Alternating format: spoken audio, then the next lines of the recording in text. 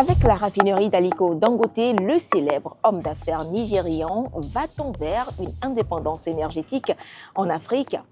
Le PDG du groupe Dangote rassure que sa raffinerie dispose désormais de 57 millions de litres d'essence par jour pour un stock de plus de 600 milliards de naira, soit environ 400 millions de dollars, afin de répondre, dit-il, à 100% aux besoins en carburant du Nigeria. Cette raffinerie, située à Lekki au Nigeria, vient ainsi de franchir une étape majeure dans le secteur énergétique africain.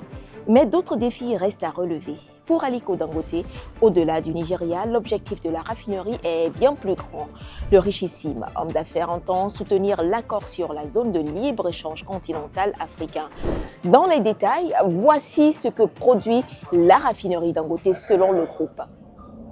104 millions de litres de produits raffinés par jour, dont 57 millions de litres d'essence, 20 millions de litres de kérosène et 27 millions de litres de diesel.